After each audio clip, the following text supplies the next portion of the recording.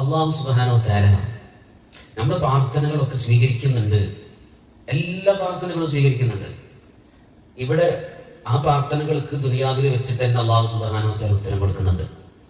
ആ ഉത്തരത്തെ അല്ലാഹു മാറ്റിവെക്കുന്നുണ്ട് നാളെ ആഖിറത്തിലേക്ക് മാറ്റിവെക്കുമ്പോൾ അവിടുന്ന് അതിനുള്ള പ്രതിഫലത്തെ അല്ലാഹു ആ ദുആക്കുള്ള പ്രാർത്ഥനക്കുള്ള ഉത്തരത്തെ നമുക്ക് കിട്ടുമ്പോൾ നമ്മൾ സ്വാഭാവികമായിട്ട് പറഞ്ഞു പോകും അത്രേ, എല്ലാ കാര്യം സ്വീകരിക്കാതെ ആഖിറത്തിലേക്ക് മാറ്റി വെച്ചിരുന്നെങ്കിൽ എത്ര നന്നായിരുന്നേനെ. അത്രയായിരിക്കും അള്ളാഹ് തരാൻ തീരുമാനിച്ചു കഴിഞ്ഞാൽ അത് അങ്ങനെയാണ്. ഈ ദുനിയാവിൽ തന്നെ റബ്ബ് കൊടുക്കാൻ തീരുമാനിച്ചു കഴിഞ്ഞാൽ അത് തടയാൻ ഒരാൾക്കും കഴിയില്ല. അള്ളാഹ് കൊടുക്കണ്ടാന്ന് തീരുമാനിച്ചാലോ കൊടുക്കാൻ കഴിയില്ല, ആർക്കും കഴിയില്ല. അള്ളാഹുവിന്റെ ആ ഒരു കാരുണ്യം, അള്ളാഹുവിന്റെ റഹ്മത്ത്, അത് വല്ലാത്തൊരു റഹ്മത്ത് തന്നെയാണ്. നോക്കുകള്, മഹദിയായ ഹാജറ ബീവി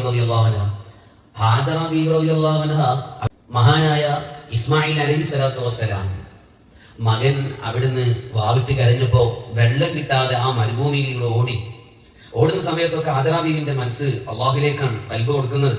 അള്ളാഹിനോട് ദുആ ചെയ്യുന്നുണ്ട്, റബ്ബേ എവിടെന്നെങ്കിലും കുറച്ച് വെള്ളം എന്ന് കിട്ടിയാൽ എന്റെ കുട്ടിയുടെ കരച്ചിൽ നിൽക്കാൻ എന്ന് ആഗ്രഹിച്ചുകൊണ്ട് തേടിക്കൊണ്ടാണ് ഹാജറ ബീവി ഓടുന്നത്.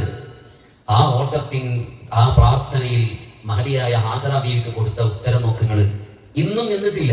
ആ ഉത്തരത്തിന്റെ ഫലം സംസം, ആ സംസത്തിന്റെ ഉറവ ഇന്നും നിന്നിട്ടില്ല. എത്രയാണ് കോടാനക്കോടി ജനങ്ങൾ അവിടുന്ന് എല്ലാ ആളുകളും കൊണ്ടുപോകുന്നുണ്ട്, മാത്രമല്ല അവിടുന്ന് കുടിക്കുന്നുണ്ട്, എല്ലാം കോടാനക്കോടി മനുഷ്യർ കുടിക്കുന്നുണ്ട്.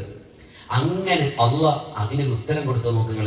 അപ്പൊ അല്ലാഹു സുബ്ഹാനഹു വ തആലക്ക് കൊടുക്കുന്നതിന് എന്തില്ല, പരിധിയില്ല. നമ്മൾ ചോദിക്കണം, റബ്ബിനോട് ചോദിച്ചുകൊണ്ടേയിരിക്കണം. നമുക്കൊരു 1,00,000 രൂപയാണ് വേണ്ടത് എങ്കിൽ ചോദിക്കേണ്ടത് 1 കോടിയാണ്. 1 കോടിയാണ് വേണ്ടത് എങ്കിൽ 100 കോടി ചോദിക്കട്ടെ. അള്ളാഹ്ക്ക് തരാൻ അള്ളാഹിന്റെ ഖജന വിശാലാണല്ലോ. അതിന് നമുക്ക് അള്ളാഹുവിനോട് തേടിക്കൊണ്ടേയിരിക്കുക.